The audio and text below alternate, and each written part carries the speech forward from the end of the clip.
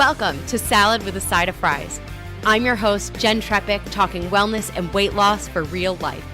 We're here to clear up the myths, misinformation, bad science, and marketing to teach you how to eat and how to cheat. Are you ready? I'm having salad with a side of fries. This week, we're talking about compounding consistency. Now, if you've read Atomic Habits by James Clear or The Compound Effect by Darren Hardy, or you're familiar with John C. Maxwell's leadership books, you've probably heard the phrase compounding consistency, or maybe you've heard it said consistency compounds. And it's funny. So I've had this topic on my list for a while. And then I learned that today, November 1st, if you're listening when this goes live, is National Extra Mile Day. Now, the official site for Extra Mile Day says it's to help us appreciate the positive impact that we leave on our communities, organizations, and families when we choose to go the extra mile. And it goes on to say, Extra Mile Day inspires us to be better versions of ourselves. Doing the bare minimum has gone out of style. Exceeding expectations is the new standard. So this got me thinking that we can make that hard, or we can make that easy. And the way to make it easy is compounding consistency. So this whole concept is based on the idea that if we focus on something, maybe it's a system in a business, maybe it's a habit, an idea, right? We focus on it consistently over time, the results compound. So this means the results grow exponentially. Okay, back to middle school math, exponential curve. You have the axes, an exponential curve. It's sort of pretty low and flat along the bottom axis, right? And it's moving along, and then seemingly all of a sudden it arcs and then shoots up almost like a vertical line. That is the impact of compounding consistency. So this can apply to a habit. Maybe it's drinking water, or going to bed at a decent time, or finding moments of quiet in the day, right? If the objective is compounding consistency, the incremental changes each day in the beginning are barely noticeable.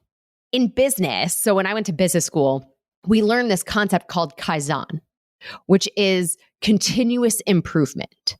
And that comes from small things that happen consistently. Continuous improvement, small tweaks that happen over and over and sort of build up to progress. So I think of it like compounding consistency, like the 1% growth each day. How can we be 1% better or do 1% more? And by the way, the extra mile, 1% counts. So how can you improve 1% each day? The fun part about this is that each day, 1% seems like no big deal. And that's how we can be consistent with it. Because each day, 1% is not that much. And so this actually reminds me of the conversation that we had a couple weeks ago with Andrew Jobling, right? We start with this thing and we're able to be consistent with it because it's relatively small in the moment. So it's interesting. I think, the two components of this, consistency and compounding part, right? Like each of those things independently, I think both elements are just highly, highly, highly underrated. So let's take the consistency part. We might, diminish or poo-poo reading a couple pages a day, right? And in life, a lot of times, like reading a book is the thing that we never have time for, right? If we committed to consistency and said, I'm just going to read 5 pages a day. At first, we're like, 5 pages is not that much. It's going to take forever. But then at the end of the month, you've read 150 pages. At the end of 2 months, you've probably finished a full book and then some, right? At the end of the year, you have finished 6 300-page books. But again, we can sort of downplay the power of just 5 pages a day, right? Okay, now let's look at the compounding part. So going back, thinking about 1% each day.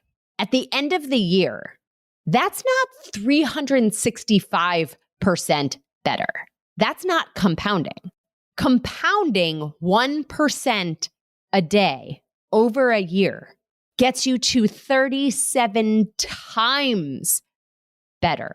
That's 3,700% better. That is no joke of an improvement, right? That's the power of compounding consistency. We pair those two things together. The compounding impact is dramatic. And I have to tell you, I have seen it in myself, in my own life, with my clients. It's over and over, it never fails. And the other element of compounding consistency, when we're consistent with something, it overflows and it starts to impact other parts of our lives. That compounding effect happens not only to one item, but it's like it compounds in your life. So it's like if we focus on moving each day, right? And then we're choosing healthier foods or sleeping earlier because we chose 1% improvement on the movement front each day. So the compounding happens not only with the one thing we're focusing on, but in the rest of our lives too. Like, I don't know if you ever saw the movie Brittany Runs a Marathon. Highly recommend. That is exactly what happened. So on this extra mile day, consider 1%.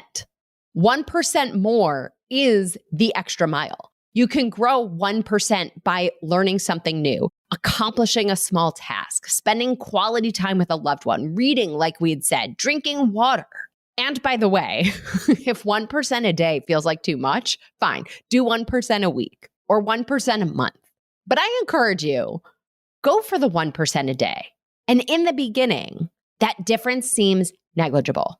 As we keep going, the impact of these small incremental improvements continue each day to feel like not much because 1% over yesterday doesn't feel so dramatic.